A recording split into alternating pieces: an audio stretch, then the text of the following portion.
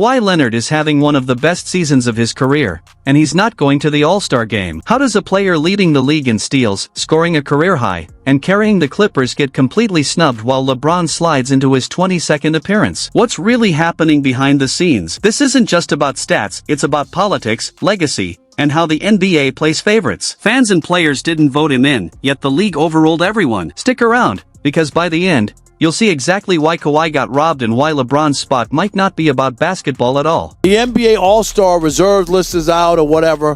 Kawhi Leonard somehow, some way, is not going to be in the All-Star game, which is just mind-boggling. And, of course, people are making the comparison that his numbers are way better than LeBron's.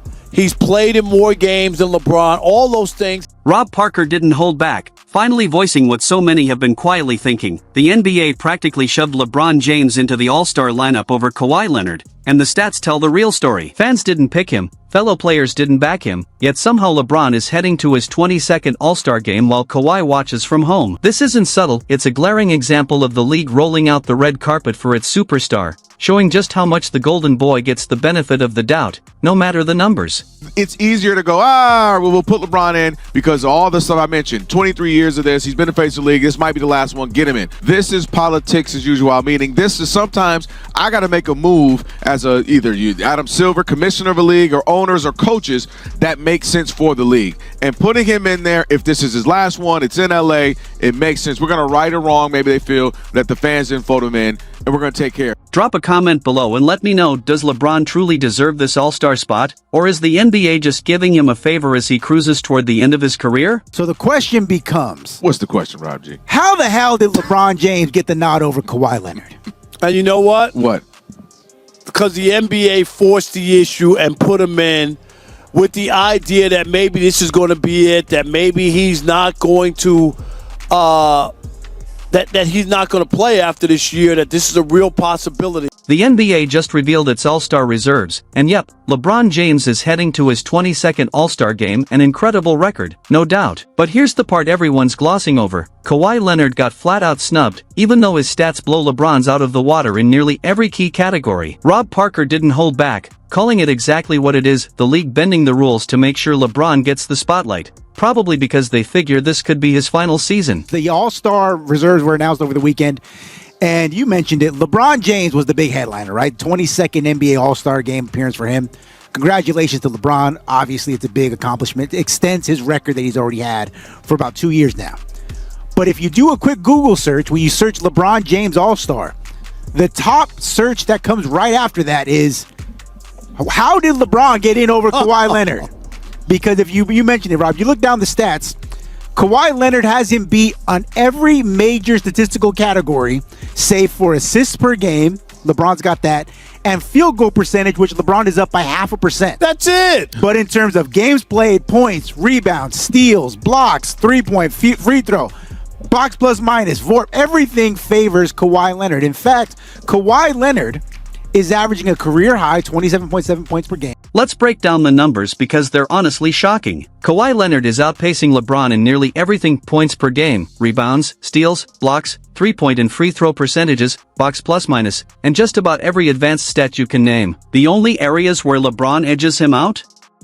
Assists per game and field goal percentage, by a razor-thin 0.5%. That's it. Meanwhile, Kawhi is putting up a career-high 27.7 points per game and is on pace to join the exclusive 50 of 40 and 90 club, something only around 10 players in NBA history have achieved. On top of that, he leads the entire league in steals. This isn't just a strong season, it's the kind of performance that gets remembered as one of the best individual campaigns in NBA history. And here's the kicker, Kawhi won't even get to play in his own backyard. The All-Star game is happening at the Intuit Dome, aka the Clippers' home court. And Kawhi is not just a Clipper, he's a Southern California guy from Riverside, though Rob Parker had some spicy takes on whether that technically counts as Los Angeles. The bottom line? He's putting together the best basketball of his career, right in front of his home crowd, and he still gets left out of the All-Star game. Try making sense of that one.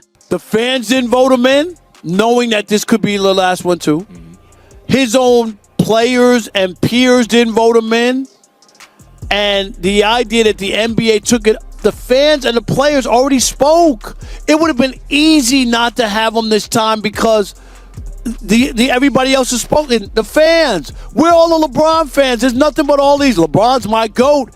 Dude, he got 1.5 million less votes, and Luka got 1.5 million more votes than he did when he was in Dallas. Mm-hmm. So they went somewhere, right, the votes, and they could have easily said, you know what? The people have spoken.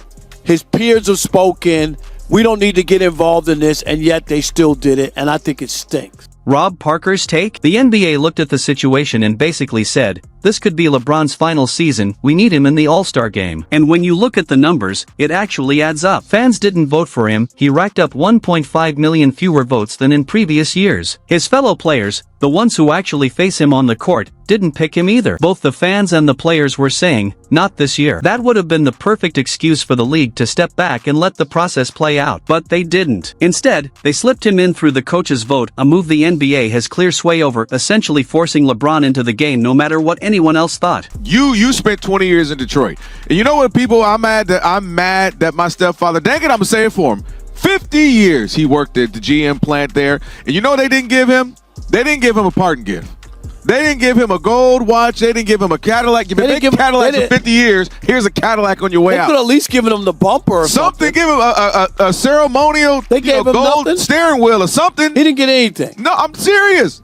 And so my point is, this is the NBA's version of, hey, you put in the NBA version of 50 years with this league. Here you go. Go ahead and get in this All-Star game. You've been carrying the league. You've been the face of the league, for better or for worse, for the last couple of decades. Rob Parker's analogy was spot on. He shared the story of his stepfather, who spent 50 years at a GM plant in Detroit building Cadillacs, and when he retired, got nothing, no gold watch, no parting gift, not even a ceremonial steering wheel. Parker's point? This all-star nod is the NBA's version of that gold watch. LeBron has been the league's face for decades, front and center in commercials, promotions, and marketing campaigns. Now, with his career winding down, the league is handing him one last all-star appearance as a token of appreciation. It's not about who's playing better this season. It's about legacy. And unfortunately, Kawhi Leonard is the one paying the price. He's delivering a phenomenal season, carrying the Clippers after a brutal 6-21 start, yet he's being overlooked while LeBron gets the league's sentimental send-off. Everyone was ready to hit the panic button, fire the coach,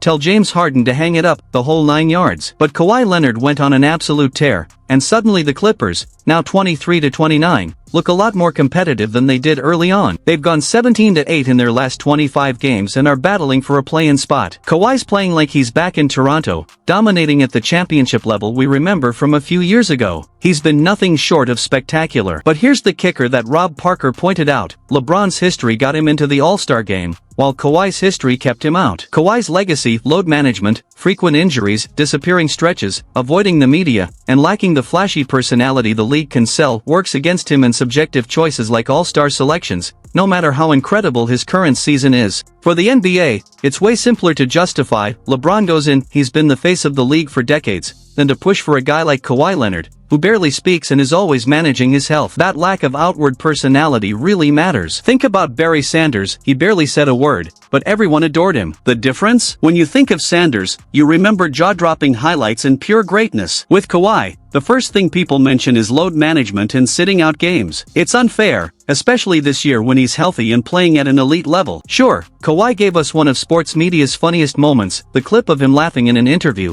that robotic, awkward laugh that dominated highlights and became a meme. Instead of endearing him to fans, it reinforced the perception of him as weird and distant. And that's where things get really crazy. Here's the kicker. The Clippers don't have a single player in the All-Star game. Not Kawhi Leonard, not James Harden, nobody. Steve Ballmer spent billions on that arena, and now they're hosting the All-Star game with 0 reps from the home team. It's almost comical. They might as well ask the Clippers mascot to leave during the festivities. The politics behind it all are what really stand out. Rob Parker called it politics as usual, referencing the Jay-Z line. Sometimes the commissioner or the owners make decisions that serve the league's interests, even if they ignore merit. Slotting LeBron into this All-Star game, potentially his last in Los Angeles, makes sense for business and marketing, even if it doesn't make sense on the court. Rob also pointed out a quieter, intriguing angle. Maybe the NBA doesn't actually want Kawhi there. They might not want to spotlight a player who avoids interviews, doesn't promote the league, and doesn't engage with fans the way other stars do. Kawhi Leonard is having the best season of his career, and he's not going to the All-Star game. How does a player leading the league in steals, scoring career highs, and carrying the Clippers get snubbed while LeBron slides in for his 22nd appearance? This isn't just stats, it's politics, legacy, and the NBA protecting its superstar. If you think Kawhi got completely robbed, smash the like button and subscribe. Drop a comment below. Was the NBA right to honor LeBron's career, or should they have chosen the player who truly earned the All-Star spot this season?